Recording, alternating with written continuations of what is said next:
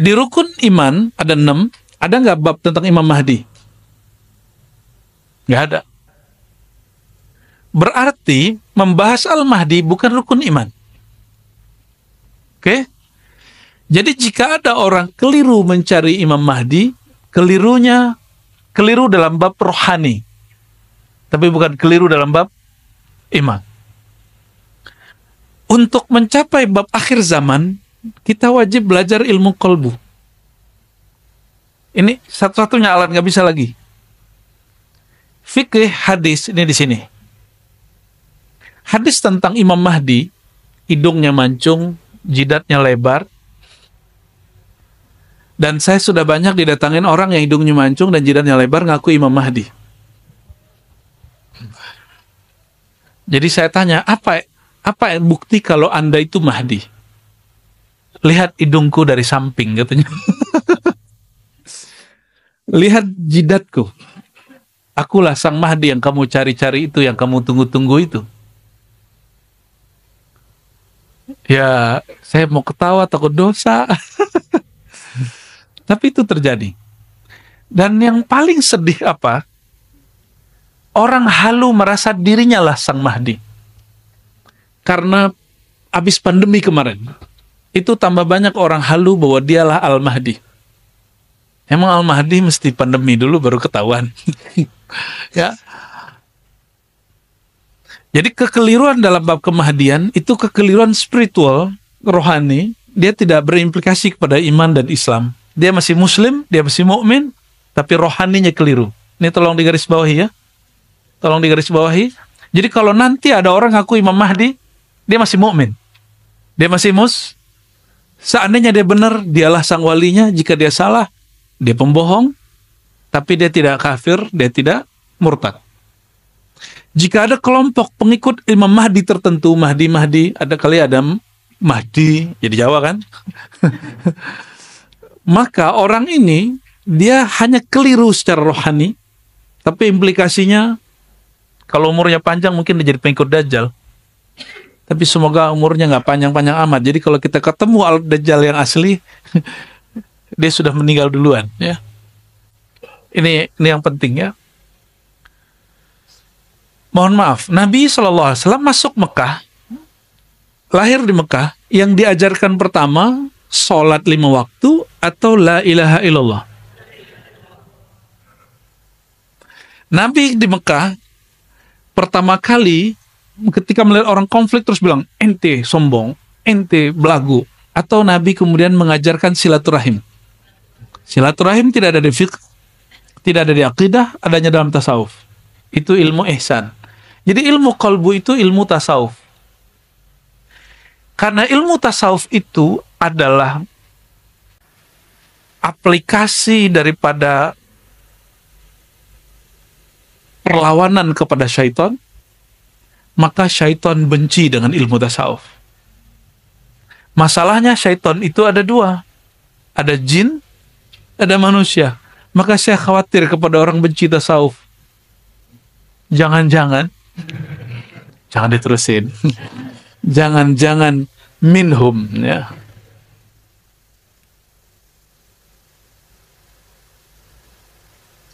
Karena tasawuf itu ilmu kolbu, sedangkan syaitan dalam kitab Awariful Ma'arif, Imam As-Surawardi mengatakan dalam satu riwayat, Iblis itu meminta kepada Allah, ya Allah izinkan aku menguasai pembuluh darah manusia, maka Allah izinkan. Ya, maka setiap tubuh kita ada pembuluh darah, setiap tubuh kita ada tensi yang berbeda-beda. Ilmu tadi pagi dari Pak Dokter, ya, ternyata tensi yang ada di mata beda dengan yang telinga, beda dengan di kaki, beda dengan di kepala, beda dengan di otak. Itu ilmu luar biasa itu. Ya, supaya nggak sembarangan minum obat tensi katanya ya. Ya, sama banyak orang belajar agama salah minum. Nah ini seharusnya dia menggetarkan yang mana, yang getar yang lain gitu.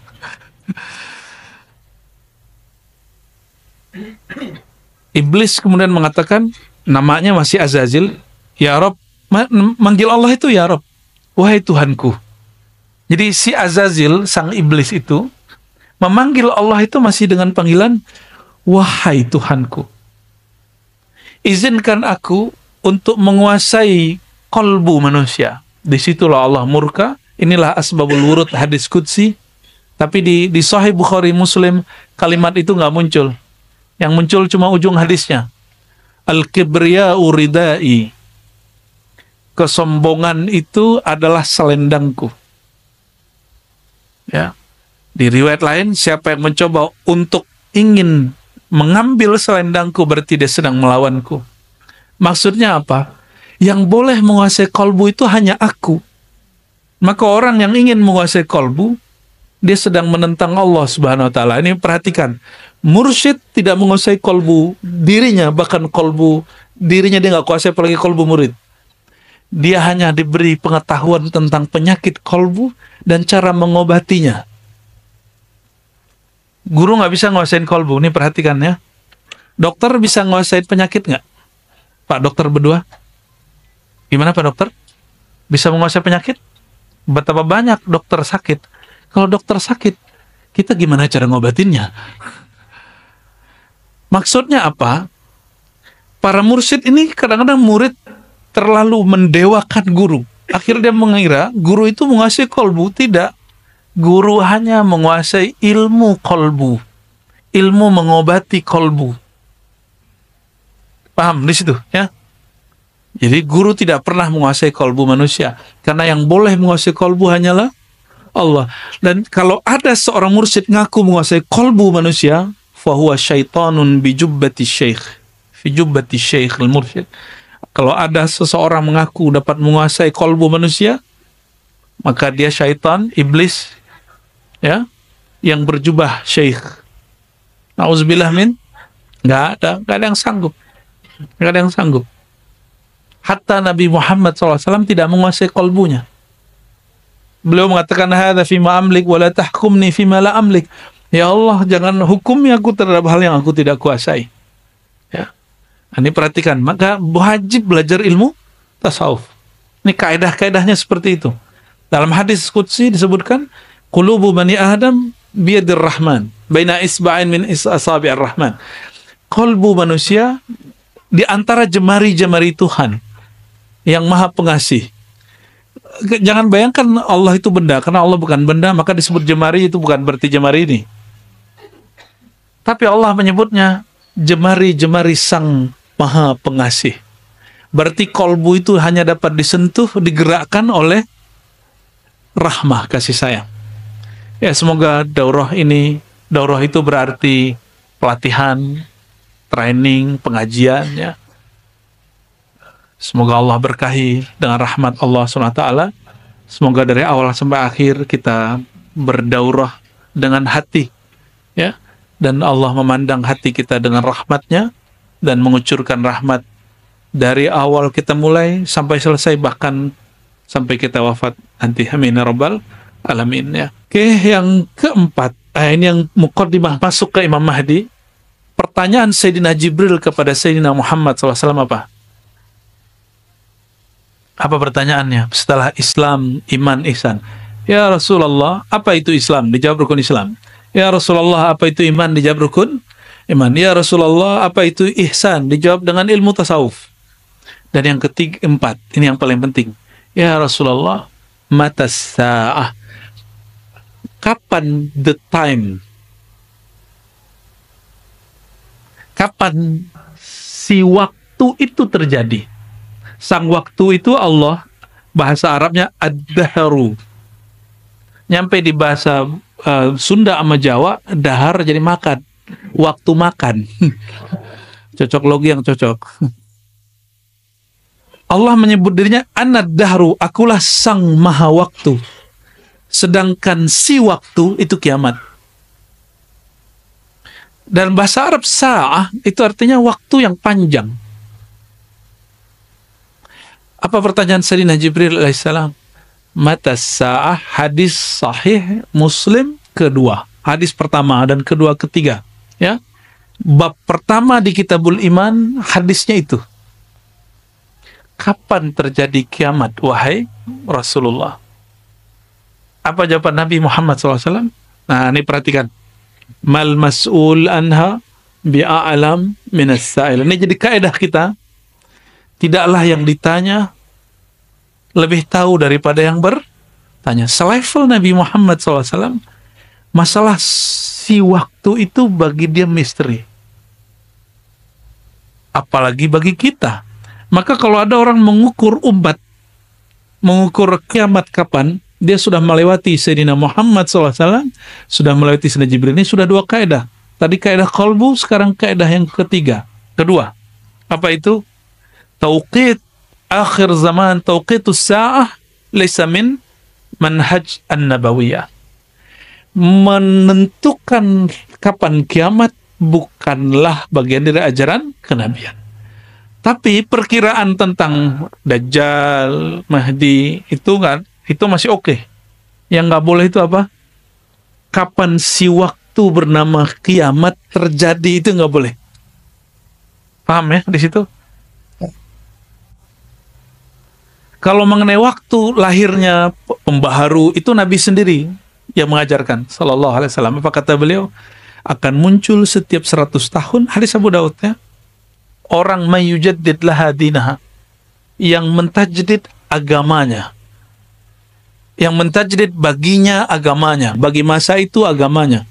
Apa maksudnya? Agamanya nggak diubah, tapi kondisi yang berkaitan dengan si agama itu diubah. Ya, dulu nggak ada orang pengajian beginian kan? Bid'ah nggak?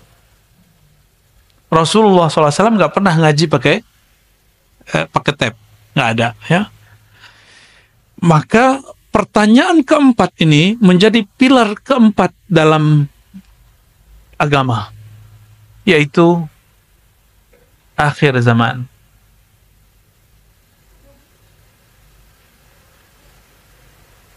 Jadi kalau orang tanya, ketika Nabi SAW ya melihat para sahabat bingung, tiba-tiba Sayyidina Jibril itu pergi setelah bertanya tentang tanda-tandanya.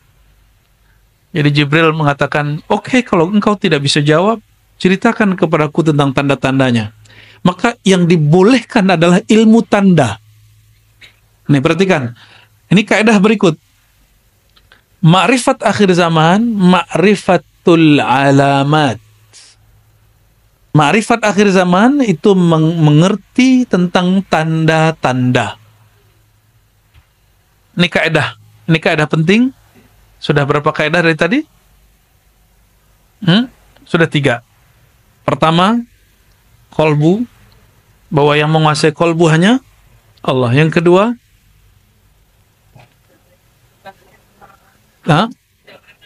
tidak ada dalil yang memperkenankan kita menentukan kiamat. Yang ada adalah yang ketiga, hanya boleh mengetahui tanda-tanda. Paham di situ ya? Dan tanda-tanda ini, coba Islam, fisik, iman, akal, ihsan, kolbu, ruh. Maka tanda ini diberikan kemana? Ke fisik, ke akal, atau ke kolbu atau rohani? Ke dalam kolbu rohani. Ya. Nah, ini yang kita sebut dulu ya, saya hanya menyebutnya trilogi. Jadi Islam, iman, ihsan, akhir zaman. Dahulu saya hanya 3, tapi ternyata ilmu itu berkembang. Allah kemudian buka, hadisnya menyebutkan 4 toh. Ya. Bahkan 5 pertanyaan akhir zaman itu pertanyaannya beranak. Dan kemudian Sayyidina Muhammad sallallahu alaihi wasallam ya, beliau ketika Sayyidina Jibril pergi, itu Sayyidina Jibril, ini perhatikan, yatamatsalu rajulan, menyerupai seorang laki-laki, serbannya bagus, rambutnya sangat hitam, bajunya sangat putih. Itu simbol dari orang yang paling keren di zaman itu. Tidak ada bekas orang lagi perjalanan jauh. Sayyidina Umar curiga, merhatiin. Sayyidina Umar itu sahabat yang diizinkan kolbunya dialog dengan Allah langsung. Maka dia disebut dengan gelar muhaddatsin, orang yang dapat ilham. Orang yang dapat ilham. Sayyidina Umar ketika melihat orang itu, falabithtu maliyah, aku terdiam sejenak keheranan. Lalu Sayyidina Muhammad SAW bertanya, atadri ya manisa'il ya Umar, hai Umar, kamu tahu siapa yang nanya? Sayyidina Umar mengatakan, la ya Rasulullah, engkau yang lebih tahu, Allah yang lebih tahu. Tapi dia curiga. Ya. Apa kata Sayyidina Muhammad SAW? Dzaka Jibril ja'akum liyu'allimakum dinakum. Itu Sayyidina Jibril datang kepada kamu mengajarkan ad-din, agama kamu. Maka 4 ini adalah pilar agama. Jadi kalau orang bertanya, saya belajar agama, apa saja yang saya sudah pelajari? Pertama, al-Islam, fiqih. Yang kedua, bab iman, akidah. Yang ketiga, ilmu hati, tasawuf. Jadi bertasawuf wajib bukan?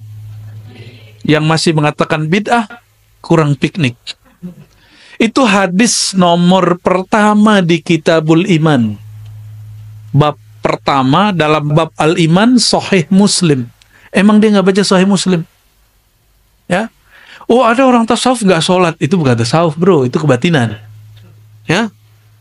Ada orang kemudian kalau bertasawuf dia kemudian suka khurafat.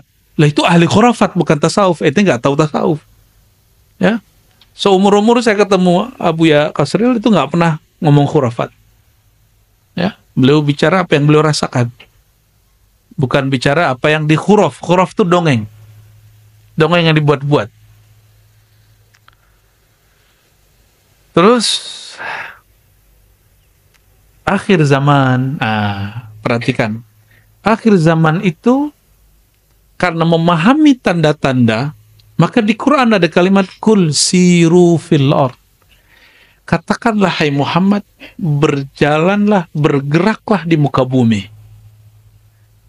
Bergeraklah di muka bumi. Maka sirah atau harakah kita sebut pergerakan, itu adalah pelengkap daripada akhir zaman. Nah, pelengkap akhir zaman ini yang bernama pergerakan itu ada 3 jenis. Satu, pergerakan akliyah, dia bergerak dengan akalnya, rasionya, maka main pintar-pintaran. Bagi mereka kemajuan akhir zaman itu berdasarkan penemuan intelektual. Kelompok yang kedua, lawan dari akal, orang-orang yang nggak masuk akal, orang-orang yang kita sebut halu dan kebatinan. Mereka suka cocok logi, suka memaksakan makna, bahkan memalingkan makna hadis itu sesuai nafsunya. Kelompok yang hari ini disebut halu. Kelompok yang disebut halu. Dan ada yang ketiga, ini yang paling penting. Ahlul ruh, ahlul qulub. Ahli kolbu, ahli rohani. Ya, hanya mereka yang bisa memahami tentang akhir. Masalahnya mereka itu sedikit. Semoga kita termasuk yang sedikit itu. Amin rabbal alamin. Ya. Jadi semua ini, 4 ini disebut ad-din. Apa yang disebut ad-din? Agama. Ya. Maka ketika disebut inna ad-dina indallahil Islam, agama di sisi Allah itu al-Islam.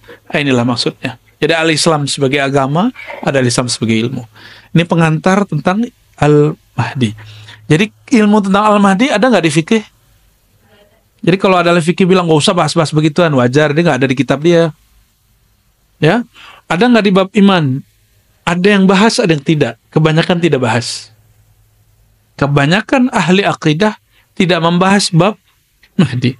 Maka wajar nanti, mohon maaf, orang mengaku ahlu sunnah aswaja, berakidah Asy'ariyah, Maturidiyah, mazhab Syafi'i atau sejenisnya, dia kemudian menentang pembahasan tentang Al-Mahdi. Udahlah, masih lama gitu.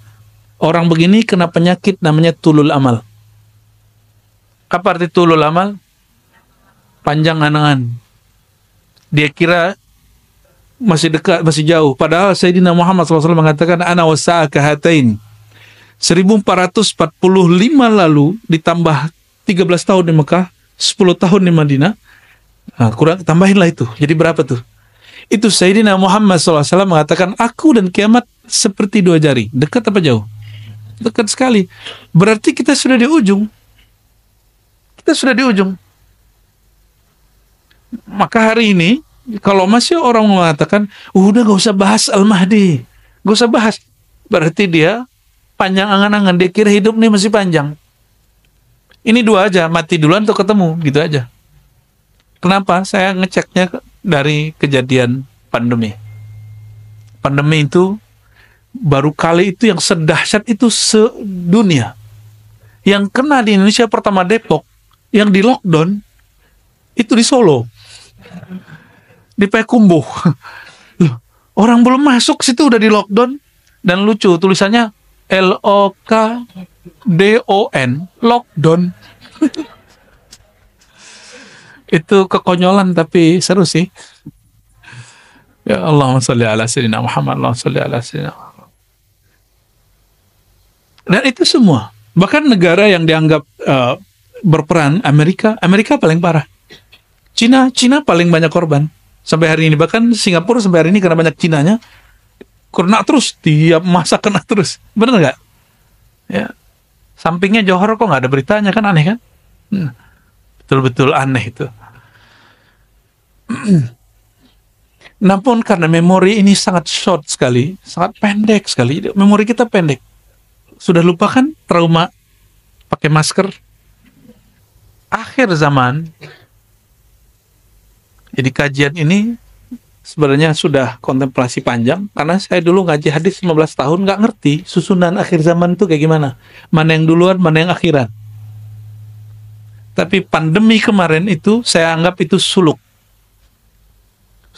al-Khafidi. Suluk Khafid. Jadi suluk itu menempuh jalan.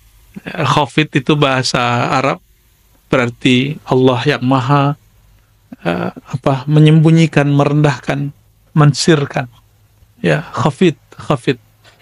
Ya, al-Khafidi. Jadi selama itu Allah banyak kasih saya anugerah yang saya nggak mengerti. Jadi kalau ilmu yang pertama empirik, al-Islam itu empirik. Apa arti empirik? Coba lihat saya. Oke, sudah kelihatan? Pakai mata apa pakai hati? Oke, kelihatan dengan mata? Itu namanya terlihat secara empirik. Empirik artinya panca indera. Tidak semua yang masuk akal itu cara menjelaskannya sesuai dengan akal. Ya, banyak hal yang masuk akal, tapi penjelasannya nggak masuk akal. Penjelasannya kadang halu, kadang keliru, itu sering terjadi. Nauzubillah min dzalik. Oke, kita tinggalkan akal. Dalam ilmu akal, apakah ada pembahasan tentang Imam Mahdi? Maka orang-orang cerdas, intelek, filosof tidak akan sanggup bicara Mahdi. Paling dia, ente terpengaruh agama-agama kuno. Yang nggak ada tuh Mahdi-Mahdian, nggak ada. Jadi kalau orang intelektual, pasti dia menolak kajian tentang Al-Mahdi. Ini kita buka-bukaan. Ya, kita bukaan. Menentukan tadi hukum riba pakai apa? Wahyu. Sahibul wahyu, memegang wahyu siapa? Nabi Muhammad SAW. Bab kemahdian yang mengabarkan siapa? Yang mengabarkan kemahdian siapa? Sang pemegang wahyu, Nabi Muhammad SAW. Oleh karena itu, membicarakan tentang kemahdian akhir zaman bukan berdasarkan tebak-tebakan mata, bukan tebak-tebakan akal, tapi dia berdasarkan wahyu yang diturunkan kepada Nabi Muhammad SAW dan pemahamannya disimpan dalam ilham yang diturunkan kepada para ulama ahlullah. Ya, kalau hukum zahir disimpan dalam qalbu ahli fikih, mufti-mufti yang mengeluarkan fatwa di MUI, di Bahsul Masail NU, Tarjih Muhammadiyah, mereka mengatakan ini halal, ini haram. Disimpan hukum zahir. Tapi hukum ini hukum rohani. Yang menyimpan hanya ahli rohani. Jadi kalau bertanya bab kemahdian, jangan tanya ke ahli fikih, nggak nyambung. Jangan tanya ke filosof nggak nyambung. Tanyalah kepada ahli rohani, karena rohani Nabi SAW yang menerima wahyu. Nah, pemahaman tentang kemahdian hanya dapat diterima, dibahas dengan rohani. Nah, ini perbedaan kajian akhir zaman ribat dengan di luar ribat. Nah, ini kita sebut ini manhaj kami. Manhaj artinya sistem berpikir yang kami bangun. Ya, tolong diperhatikan. Ribat membicarakan akhir zaman. Ambil hadis Nabi SAW, karena hadis itu empirik tapi isinya wahyu. Lalu kita pelajari itu dengan kolbu dan ruhani, kepada ahli kolbu dan ahli ruhani. Barulah kemudian muncul makna. Sebagaimana kitab fikih, hukum tentang sholat, rukun sholat, wajib, tidak wajib, sunnah, bid'ah, tersimpan ilmunya di kolbu ahli fikih, maka ini tersimpan ilmunya di ahli kolbu. Masalahnya, tadi ada bab ihsan ya. Bab ihsan tentang kolbu dan ruh. Ini dua ya. Kolbu dan ruh beda. Perhatikan, kolbu dan ruh beda. Kolbu itu sentral manusia. Ruh itu sumber sebelum kolbu itu adalah ruh. Ditiupkan ruh ke dalam diri, maka Allah ciptakan satu alat dalam diri kita namanya kolbu. Gitu. Maka ruh itu kolbunya kolbu. Intinya kolbu adalah ruh. Tapi ruh bukan kolbu. Ruh lebih dalam, lebih luas daripada kolbu. Jika orang belajar tasawuf mentok dalam bab kolbu, dia nggak akan bisa bicara tentang kemahdian. Dia nggak akan mampu bicara tentang akhir zaman. Tapi jika dia diizinkan Allah rohaninya diperjalankan set ke depan, diperjalankan ke belakang.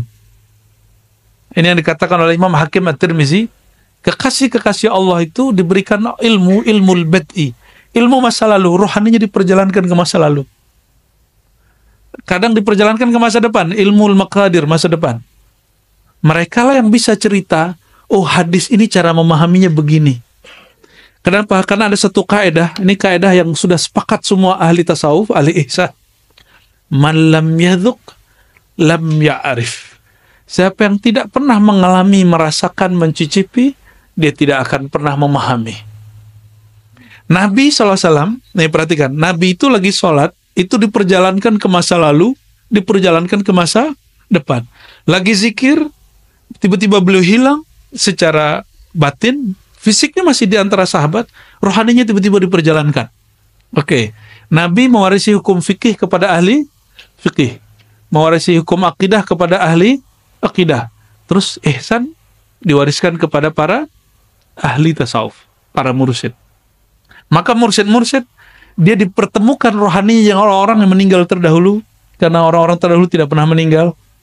Mereka hanya pindah alam, hanya pindah dimensi, tapi dengan cara yang ketat. Itu yang disebut ilmu thariqah. Jadi thariqat itu mengunci halu. Orang tidak berthariqat pasti halu. Ini perhatikan ya. Jadi kenapa muncul halu? Karena dia mencampur adukan thariqat dengan khayalan dia. Nah, dia nggak bisa bedain ini syaitan apa malaikat ya. Ini syaitan apa halu, ini apa keinginan dia, apa keinginan Allah. Ya kan muncul fenomena orang bisa menundukkan hujan.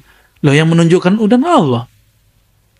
Kita diberi hadiah oleh Allah ditundukkan langit dan bumi, bukan kita yang menundukkan langit dan bumi. Huwallazi khalaqalakum ma fil ardi jami'a. Allah lah yang menjadikan, menciptakan, menundukkan yang di muka bumi semuanya. Bukan kita yang menundukkannya. Yang menundukkan siapa? Allah Subhanahu wa ta'ala. Jadi, sahabat-sahabat semua, mengenal bab kemahdian itu nggak cukup pakai ilmu thariqah. Nggak cukup dengan wirid. Oleh karenanya, antum bertanya ke beberapa ahli thariqah, dia nggak akan sanggup menjelaskan bab kemahdian. Karena dia mentok di kolbu, di angka-angka zikir 70.000 kali 7, la ilaha illallah kali 7, gitu-gitu aja. Ya. Tapi jika dia perjalankan ke ruh, pasti dia diberi isyarat walaupun sedikit. Tergantung jatah dia. Allah itu memberi rezeki itu dua. Ada rezeki zahir, ada rezeki batin. Ini bagian dari rezeki batin. Mungkin Bapak Saudara ada yang diberikan rezeki zahir yang berlimpah dan suka berbagi. Dan ada juga orang yang diberikan rohani, kolbu berlimpah, maka dia berbagi rohani. Itu sama. Ini kaya. Hanya beda kekayaan. Ya, ini kekayaan rohani, ini kekayaan jasmani, dan mereka saling memerlukan, saling menguatkan. Itulah baginda Nabi Muhammad SAW dengan para sahabat. Ya. Dan ma'rifatu akhir zaman nau'un min ma'rifatir ruh. Ya. Ini kaidah sebelum masuk ke hadis pertama. Mengenal ilmu akhir zaman adalah salah satu bagian dari ilmu mengenal tentang seluk-beluk ar-ruh. Masih ingat ada ayat? Yas'alunaka 'anir ruh. Ya, mereka bertanya kepada engkau tentang ar-ruh. Katakanlah ruh itu amri rabbi. Amri, urusan Rabb Allah. Boleh juga disebut amrullah. Perhatikan ada hadis Bukhari. La tazalu ta'ifatun min ummati. Senantiasalah ada sekelompok kecil dari umatku, gak banyak. Zahirina alal haq, mereka saling tolong-menolong dalam al-haq. Semoga kita bagian dari itu, amin. Hatta ya'tiya amrullah, sampai datang amrullah. Amrullah bagi ahli fikih, ahli hadis, ahli akidah, itu kiamat. Tapi indi amrullah wal mahdi. Ya, amrullah itu siapa? Al-Mahdi. Karena amrullah itu artinya rahasia Allah. Dan yang Allah rahasiakan sekarang adalah Sayyidina Al-Mahdi. Itu hadisnya jelas. Sahih Bukhari dan Muslim, Abu Daud, Tirmizi, hadisnya lengkap. Nah, oleh karena itu, amrullah itu babnya sebutan tentang ilmu ruh, maka Sayyidina Al-Mahdi a'lamun nas birruh. Ini sudah mulai dibuka. Ciri pertama Imam Mahdi. Ya, ini diloncat sedikit ke ujung supaya saya nggak lupa nanti.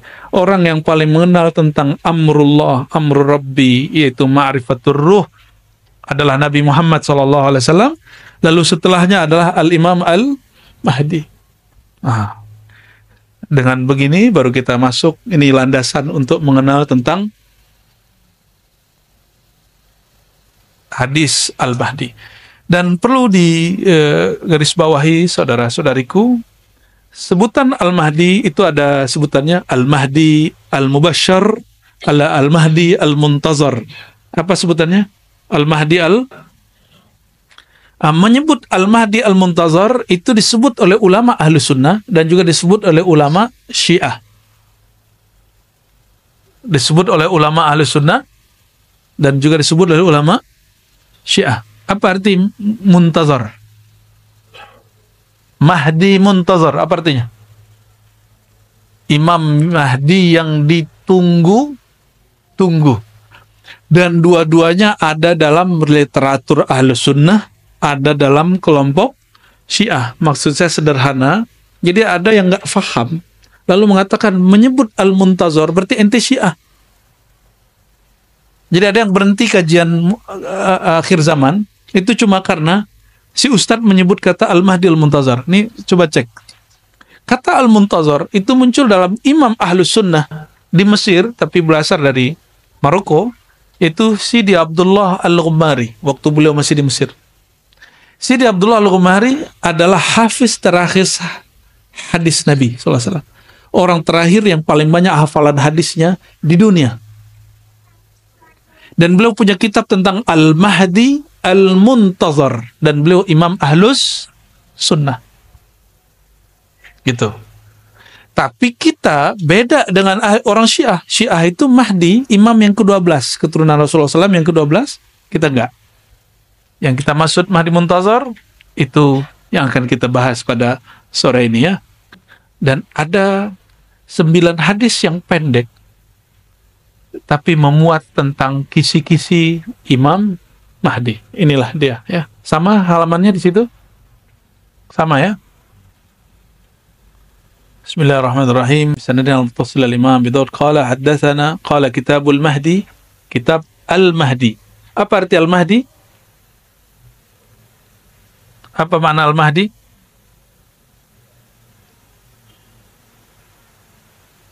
Al-mahdi. Al-mahdi dari kata huda, hidayah. Apa arti hidayah? Petunjuk. Petunjuk turun di hati apa di kepala? Apa di gelar? Apakah dokter lebih tinggi hidayahnya daripada orang yang bukan dokter? Wa may yu'min billahi yahdi qalbah. Siapa yang percaya kepada Allah, Allah bimbing hatinya. Berarti Al-Mahdi itu orang yang paling percaya kepada Allah. Itu rumusnya. Surat At-Taghabun, silakan lihat di rumah ya. Maka Al-Mahdi, jadi ada hada yahdi huda, fahuwa hadi wa dzaka mahdi ya. Ada hadi, kalau hadi yang memberi petunjuk. Kalau mahdi yang diberi petunjuk. Huda berarti tuntunan. Maka Al-Mahdi berarti yang dituntun. Yang dituntun tadi siapa? Mana yang dituntun? Kolbu, ruhnya. Ruhaninya langsung dituntun oleh Allah Subhanahu wa ta'ala. Ya. Jadi kalau ditanya, ini sudah langsung terjawab, ini harus sudah khatam ini kajiannya, ya. Siapakah Al-Mahdi? Orang yang paling beriman kepada Allah dan orang yang paling tertuntun kolbunya. Masalahnya yang tertuntun kolbunya, ruhnya, ruh tampak atau tidak? Ini masalahnya. Karena ar-ruh itu tidak tampak, maka dia bisa berkamuflase. Jika syaitan dapat menyerupai manusia, menyerupai orang taat, masalahnya nanti orang yang dapat mutiara di kolbunya, dia nyamar jadi syaitan. Itu masalahnya. Nggak ada namanya Al-Mahdi itu, ember itu nggak ada. Kayak yang di Pakistan itu nggak ada. Ya, ngaku sekian ribu kali ketemu Allah, mimpi, ya mimpi doang ngaku. Ya, kalau mimpi mah kita tiap hari ketemu Allah 5 kali minimal, jaga. Ya, lebih keren ketemu Allah jaga atau ketemu Allah mimpi. Ya, jadi ada anak Timur Tengah baru tamat dari Al-Azhar, dia bilang, menurut ente ini Imam Mahdi bukan? Karena menurut ente dia Imam Mahdi. Loh, alasannya apa? Dia ketemu Allah udah sekian ribu kali. Ketemu Rasulullah sekian ribu kali, mimpi. Saya candain, saya nggak pakai pengalaman batin. Ini pakai akal aja. Jadi debat sama begitu nggak usah pakai saya melihat dalam hati, nggak perlu. Cukup mengatakan begini, bro, ente kalau ada orang ketemu Allah dalam keadaan jaga, dan itu setiap hari, mana yang lebih tinggi makomnya daripada orang yang kamu sebut di Pakistan itu Al-Mahdi karena dia ribuan kali mimpi ketemu Allah? Yang pertama dong. Saya canda, bro, samping ente. Samping yang mana nih? Saya bilang gitu. Loh, ente maksudnya gimana? Kamu orang Indonesia, nggak mungkin kamu punya begitu. Saya kasih kemudian satu ayat. Wasta'inu bis-sabri was-salah wa innaha lakabiratun illa 'alal khashi'in alladhina yazunnuna annahum mulaqu rabbihim wa annahum ilaihi raji'un. Surah Al-Baqarah. Ya, ayat berapa tuh? 45 ya? 45 ya. Orang-orang yang khusyuk itu, orang-orang yang yazunnuna annahum mulaqu rabbihim, orang yang yakin dia bertemu Allah. Ya, yazunnuna, mereka yakin, merasakan, mempersepsikan annahum, bahwasannya mereka mulaqu, liqa, jumpa rabbihim, Tuhannya. Siapa nama Tuhan mereka? Allah. Jadi orang yang disebut khusyuk, siapa yang disebut khusyuk? Kita kalau sholat merasa jumpa dengan Allah, nggak mesti mimpi. Minimal, jadi saya bilang aneh, minimal 5 kali, 5 time setiap hari jumpa dengan yang dimimpiin sama Imam ente yang di Pakistan itu.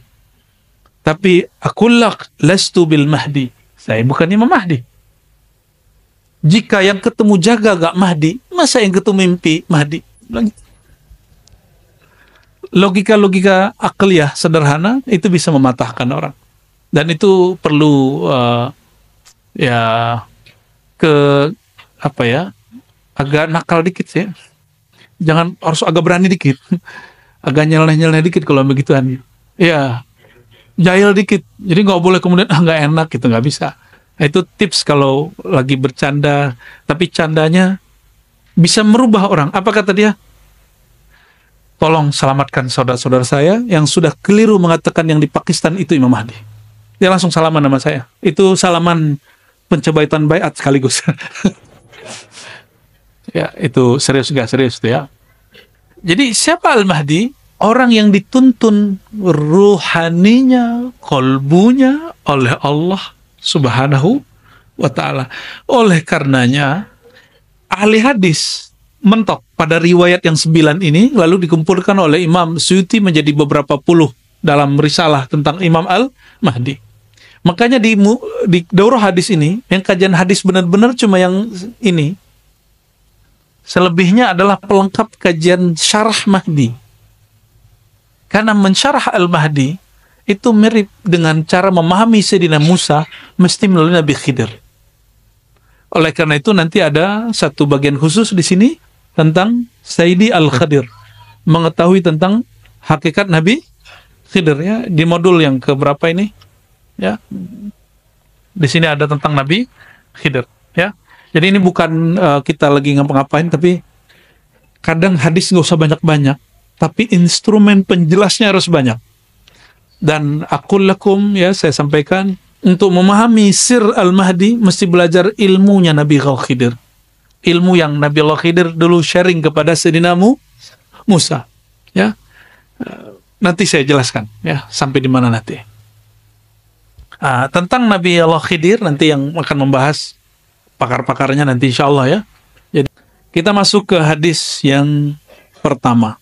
Hadis yang pertama ini, hadis yang nomor 4279 di kitab Imam Abu Daud. Yaqul, berkata boleh, bersabda boleh. La yazalu, senantiasalah hadzal din, agama ini, qaiman, tegap berdiri, berjaya. Hatta yakuna, sampai yakuna alaikum, ada pada kamu 12 khalifah, 12 khalifah. Apa arti khalifah? Khalifah itu pengganti orang sebelumnya. Khalifah tidak pernah diciptakan baginda Nabi Muhammad SAW. Ini perhatikan. Nabi tidak pernah menoskan, mengajarkan, buatlah sistem kekhalifahan. Gak pernah. Cek Quran, cek sunnah, gak ada. Kekhalifahan adalah ijtihad dan ijma ulama sahabat. Ya. Jadi orang yang mengatakan Nabi Muhammad SAW tidak bawa rahmat karena tidak buat kekhalifahan, itu kekeliruan, dan itu adalah isa'atul adab alaihi. Itu orang yang bersikap kurang adab kepada baginda Nabi Muhammad SAW. Ya, jadi ada yang mengatakan Nabi gak bawa rahmat awal dicipta. Setelah lahir pun gak bawa rahmat. Gak ada rahmat. 40 tahun diangkat Nabi pun belum. Diangkat Rasul pun belum. Pas di Mekah pun belum. Sampai kemudian buat kekhalifahan. Nauzubillah min mendalik. Yadullu ala jahlihi bihaqqin Nabi sallallahu alaihi wasallam. Nabi itu belum lahir sudah rahmat. Karena sudah ada nur Nabi Muhammad sallallahu alaihi wasallam yang membuat Sayyidina Adam naik pangkat. Nabi Adam itu naik pangkat salah satunya karena melihat nama Nabi Muhammad SAW. Nurnya sudah ada di aras. Dan lebih dahulu nur Nabi daripada aras. Lebih mulia nur Nabi atau aras? Lebih mulia Nabi apa aras? Lebih mulia Nabi apa Ka'bah? Ini pertanyaan ini sering kita kasih nih ya. Semoga paham. Ya, jadi kita nggak pernah nyembah Ka'bah, kita nyembah Rabbul Kita juga nggak pernah nyembah Nabi SAW, apalagi nyembah Nabi Isa, apalagi nyembah mursyid, apalagi nyembah kuburan, nggak masuk itu. Maka tuduhan kepada sufi, mereka ubadul kubur seperti dituduhkan oleh Wahabi, itu tuduhan buhtanun azim, kebohongan yang luar biasa. Dan itu permusuhan yang mungkin sampai kiamat gak selesai-selesai. Ya, kita nggak pernah nyembah-nyembah kecuali Allah Subhanahu wa Ta'ala. Ya, kekhalifahan, ini perhatikan, tidak pernah dibuat Nabi SAW. Itu adalah hasil kesepakatan sahabat Nabi setelah Nabi SAW wafat. Oleh karenanya, kekhalifahan tidak suci. Yang suci nubuat, kenabian. Apa yang suci? Kalau Nabi suci, tapi khalifah suci? Coba cek. Umar konflik dengan Ali. Pernah dengar? Sayyidina Abu Bakar konflik dengan Fatimah. Fatimah nggak mau sapa Sayyidina Abu Bakar sampai mati. Hadis Sahih Bukhari. Ya, Sayyidina Ali nggak mau membayar Abu Bakar karena menjaga hati Fatimah. Meninggal Sayyidah Fatimah baru dibayar Abu Bakar. Maka terjadi konflik Sayyidina Ali dengan Umar. Itu politik sahabat yang dijamin masuk surga. Apalagi politik Indonesia, apalagi politik Amerika, ya, politik Saudi nggak ngaruh. Ya, semuanya pasti syarat konflik. Maka min tabi'ati siyasah fi ayyi suratin kana khalifatan mulkan au ayyi surah fala takunu salimatan min al khilaf. Ya, tidak ada satu sistem pemerintahan, apakah itu kekhalifahan, kerajaan, monarki, demokrasi, kecuali di situ ada konflik. Pasti ada konflik. Jadi jangan putus asa. Orang-orang yang suka ngebom karena dia sudah, aduh, negeri ini udah hancur, ya. Polisi yang benar dibunuh. Karena ada kan polisi yang mau dia punya menyimpan berita tentang sabu, dimatiin orang. Ya. Polisi yang jahat bertahan. Orang kalau mikir begini, wah, ini kita harus bunuh polisi semua nih. Ya. Makanya beberapa kali di Indonesia markas polisi dibom. Benar nggak? Ya. Itu karena pikiran dia pendek. Dia tidak paham bahwa salah satu sunnatullah pada dunia ini adalah kekacauan. Jawaban dari Ibnu Athaillah As-Sakandari. Jadi Ibnu Athaillah kemudian ditanya, kenapa dunia ini banyak masalahnya, banyak konfliknya, kita udah baik juga orang gak baik sama kita? Apa jawaban beliau? Sesuatu tidak mengeluarkan kecuali yang menjadi sifat di dalamnya. Karena dunia itu sifatnya rusak, busuk, hancur, maka dia hanya menampilkan yang rusak. Oke, kembali ke ini. Jadi 12 kekhalifahan, 12 khalifah, sampai hari ini ulama kita nggak ada yang sepakat tentang makna siapakah 12 khalifah ini, kecuali kelompok Syiah. Bagi kelompok Syiah, 12 imam itu, yang ke-12 adalah Imam Mahdi yang masuk kepada goa lalu menghilang waktu dia masih kecil. Dan itu bukan akidah Ahlus Sun. Jadi bagi mereka, Sayyidina Hussein punya anak, Ali Zainal Abidin punya anak, Muhammad Al-Baqir, Muhammad Ja'far, terus sampai kepada Muhammad bin Askar. Askar ke-11, Muhammad bin Askar yang ke-12. Muhammad bin Askar ini menghilang waktu kecil. Cocok dengan hadis ini. Lalu apa kata mereka? Inilah imam yang kita tunggu. Kata siapa? Kelompok Syiah. Ajaran Ahlus Sunnah tidak meyakini 12 imam versi. Kenapa? Banyak dalilnya. Yang pertama, 12, yang 11 itu tidak pernah memimpin suatu pemerintahan pun. Sayyidina Hussein memimpin pemerintahan enggak? Dia wafat dibunuh oleh Yazid dan tentara Yazid, namanya Ibn Ziyad, sebelum berkuasa. Sayyidina Ali Zainal Abidin Jumatan aja nggak boleh. Muhammad Al-Baqir juga sama, Ja'far Shadiq itu juga hampir sama. Sampai kepada keturunannya tadi. Jadi mereka jadi ahlul bait di zaman itu berat. Maka ketika di sini ada zuriat Nabi, Habib ya, Indonesia paling aman tinggal habaib, sampai muncul isu anti nasab Ba'alawi ini ya. Kita nggak ikut-ikutan, ya, kita nggak komentar juga. Kalau pernah ada komentar saya sudah tutup. Ya, kita nggak mau ikut-ikutan konflik. karena itu bagian dari merusak ukhuwah Islamiyah. Ya, jika membahas nasab merusak ukhuwah Islamiyah, kita nggak usah bahas. Baik. Lalu siapa yang disebut 12 imam ini? Jadi seakan-akan Imam Abu Daud ingin mengatakan begini, wahai Tuan pembaca, Tuan yang membaca hadis ini, 12 imam itu bukan imam yang dimaksud oleh Syiah. Ya, masih ingat kisah Bani Israel ketika Sayyidina Musa kemudian membawa 12 perwakilan yang disebut Nuqaba. Ya, disebut apa? Nuqaba. Maka jika kita merujuk ke sana, Nuqaba ini bisa berarti hidup di zaman yang sama. Bisa juga tidak.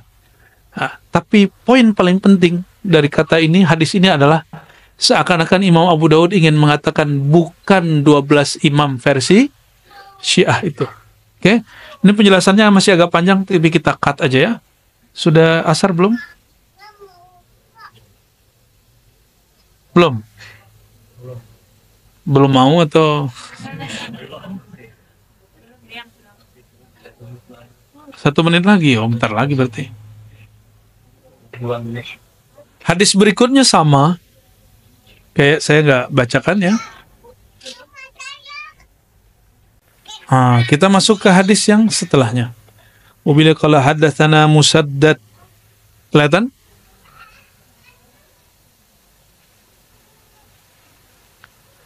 Disampaikan oleh guru kami Musaddad. Musaddad ini namanya lucu, Musaddad bin Musarhad. Ya, Musaddad bin Musarhad begitu namanya, sampai ada candaan oleh hadis.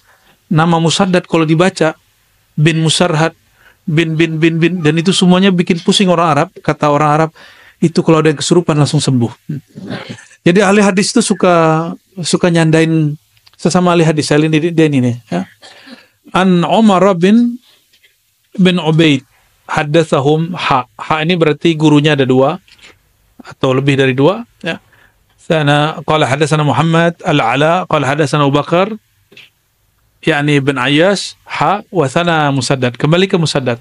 Kata Musaddad dari Yahya, dari Sufyan, kata Ahmad dari Ubaidullah bin Musa, dari Zaidah, begitu juga kata Ahmad Ibrahim dari Ubaidullah bin Musa an Fitr ya. Ubaidullah bin Musa ini dituduh Syiah oleh imam seperti Yahya bin Ma'in, tapi oleh Imam Ahmad dianggap oleh Imam Bukhari dianggap thiqah ya. Kita nggak akan membahas itu, tapi bahwa ada orang yang tertuduh Syiah di sini 1-2 ada ya. Kullu man asim anzur an Abdullah an Nabi sallallahu alaihi wasallam, dari Abdullah bin Mas'ud. Ini maksudnya Abdullah di sini adalah Abdullah bin Mas'ud. Qala, nah perhatikan ini hadis Al-Mahdi yang paling penting untuk bab limit waktu. Laulam yabqa, seandainya tidak tersisa. Laulam yabqa, seandainya tidak tersisa minat dunia, dari waktu yang ada di dunia, kecuali yaum, 1 hari saja,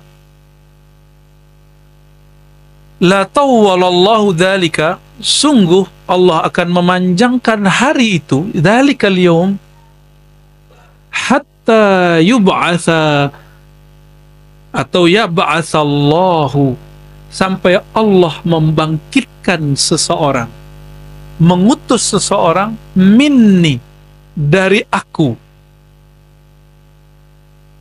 dari aku, semua alam dariku, al-alam minni, semua alam dariku, semua kita dari nur Nabi Muhammad SAW. Berarti lafaz pertama siapa aja mungkin jadi Imam Mahdi, tapi untungnya ada lafaz keduanya, au min ahli baiti, dari ahlu baitku, dari keturunan ahlu bait. Ahlu artinya keluarga, bait rumah tangga Rasulullah SAW. Dan Rasulullah SAW hanya mewarisi, menurunkan keturunan dari jalur Sayyidatuna Fatimah. Maka kalau diterjemahkan, dari keturunanku melalui Timah. Nggak ada urusan mau patriarki, mau apa lagi yang dari ibu. Ya, saya sudah sini lupa, padahal saya orang Padang, orang Minang.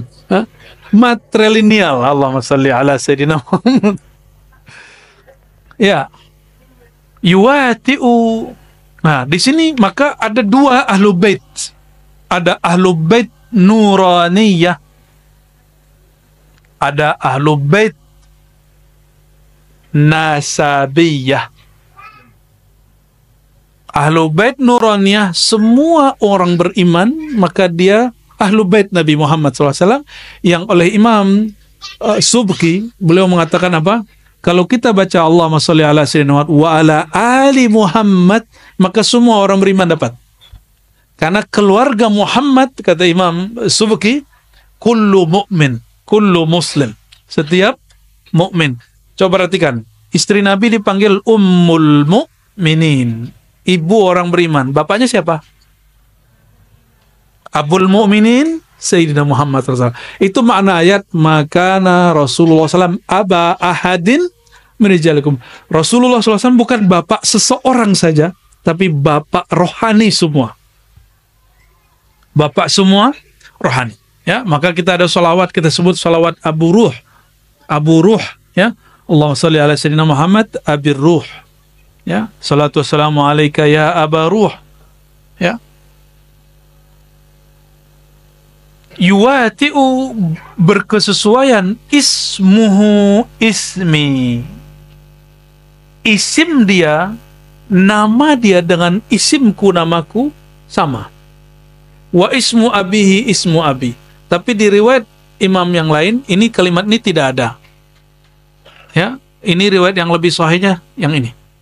Nama dia sama dengan namaku. Pertanyaan, apakah yang Nabi maksud nama itu nama KTP?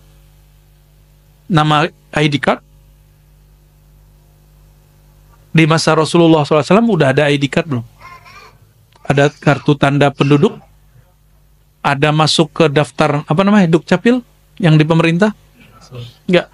Nama yang dimaksud di sini bukan nama itu. Yang perlu diperhatikan, ya. Karena kita sering memahami 14 abad lalu dengan zaman sekarang, itu kebodohan. Ya, makna hadis nanti nggak lengkap. Nama apa yang dimaksud? Nah, yang paling bagus menjelaskan tentang makna nama itu Al-Imam Bajuri dalam Hasyiah Aqidahnya. Apa makna nama? Nah, jadi si nama ini ada makna.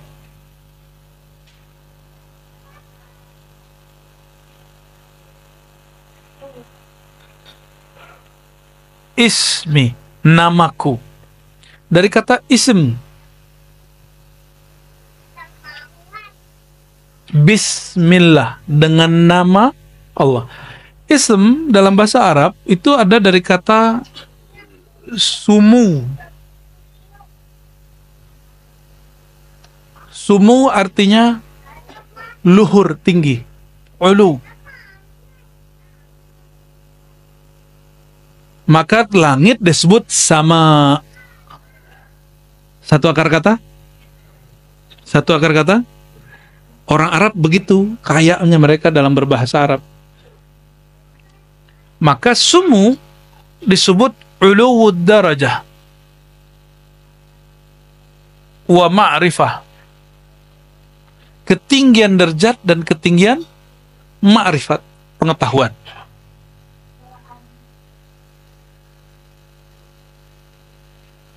Berarti Imam Mahdi doktor dong. Ya, karena derajatnya tinggi dan ilmunya tinggi. Oh, bukan. Rumus awal apa tadi?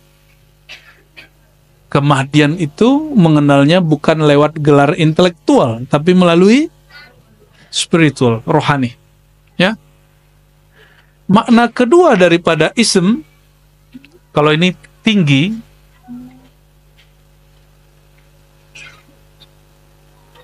yang kedua makna daripada ism adalah alam, ya.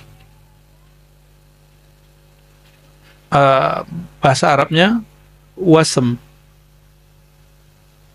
Jadi ulama itu mereka bingung, ism kata bismi itu dari sumu atau dari wasam. Apa makna wasam? Ada di bahasa lokal nggak? Wasam. Asam adanya. Wasam berarti alam.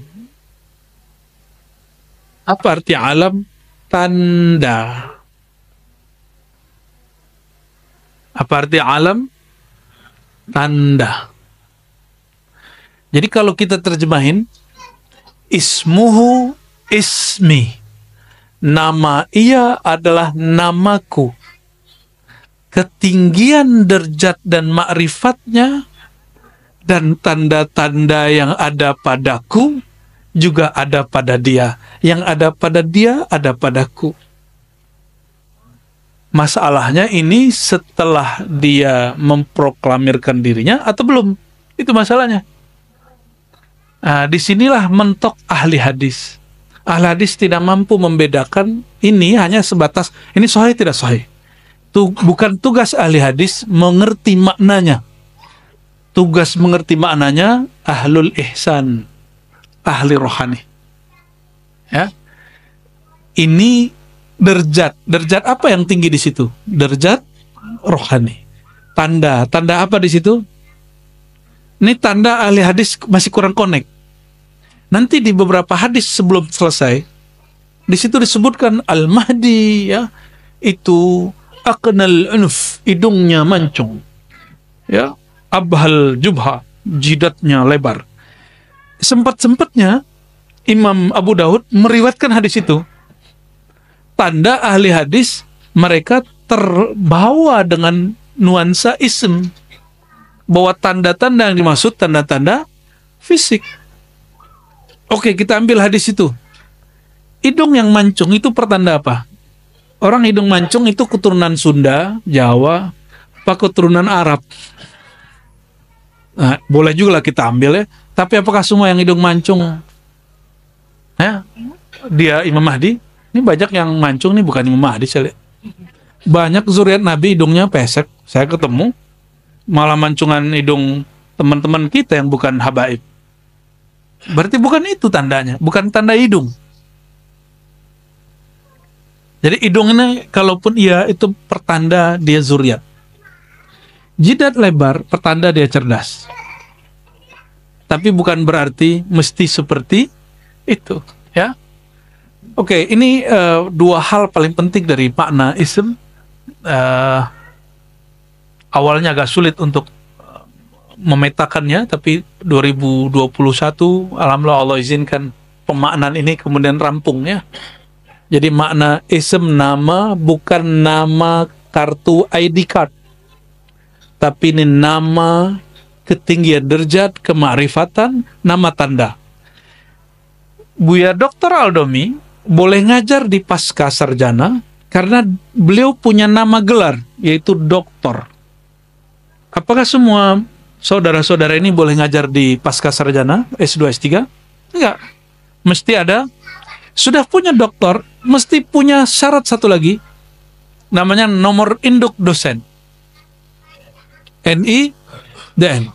Berarti dia punya nama induk, nama dia punya nomor. Jika di alam nyata ini ada kenyataan realita begitu, maka ini adalah pertanda bahwa di akhir zaman ada lebih dari satu nama. Maka kita ada kitab di situ disebutkan 2000 nama Nabi SAW kurang 5. 2000 kurang 5 nama Nabi Muhammad Sallallahu Alaihi Wasallam. Semakin kenal nama Nabi Muhammad SAW, semakin kenal beliau. Ini baru ilmu nama yang diajarkan ke Sayyidina Adam. Wa 'allama Adam al-asma'a kullaha. Kami ajarkan nama-nama, ilmu nama kepada Sayyidina Adam. Jadi tolong diluruskan, ini bukan nama ID card. Ini nama dalam pengertian ketinggian ilmu, derajat, dan tanda-tanda. Udah mau selesai. Amla'ul arda, Al-Mahdi itu akan memenuhi bumi dengan qistan wa adlan, keadilan.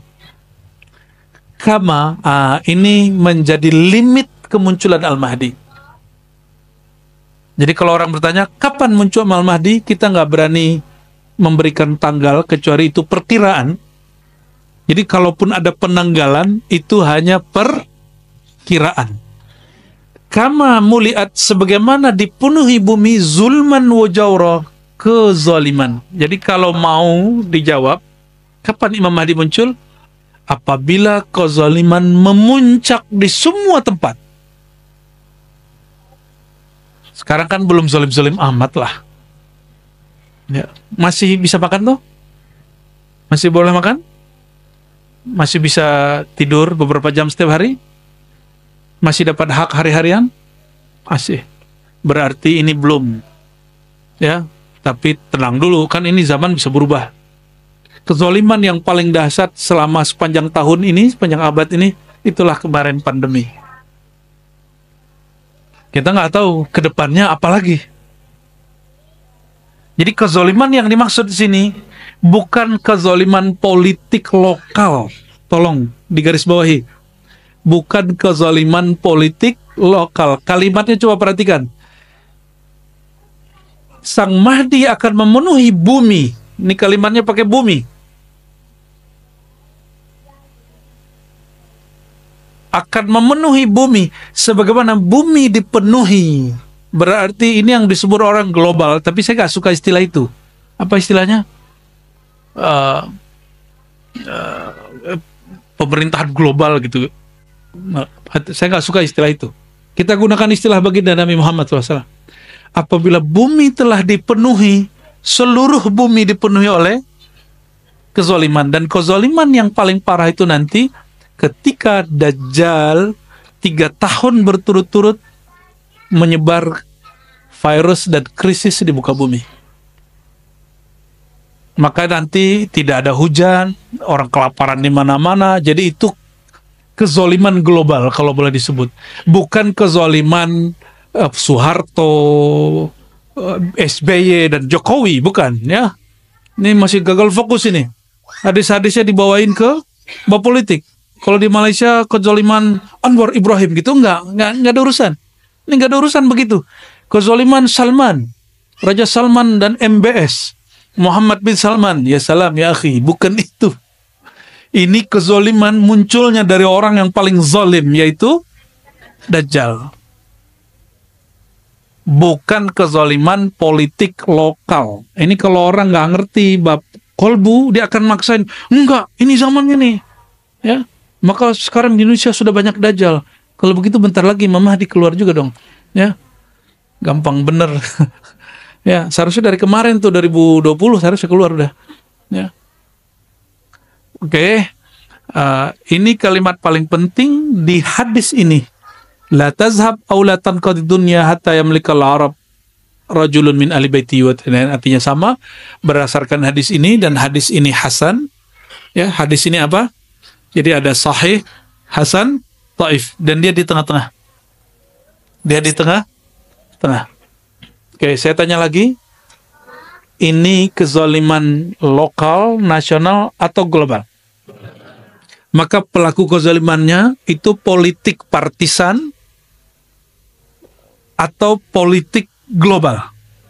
Global.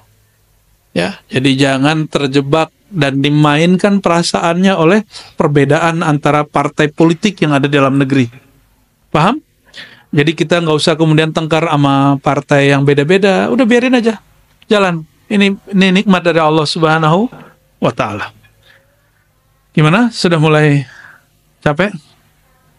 Sudah mulai lelah hayati? Saya yang lelah. Baik, karena kita mau sholat ya, silakan siap-siap.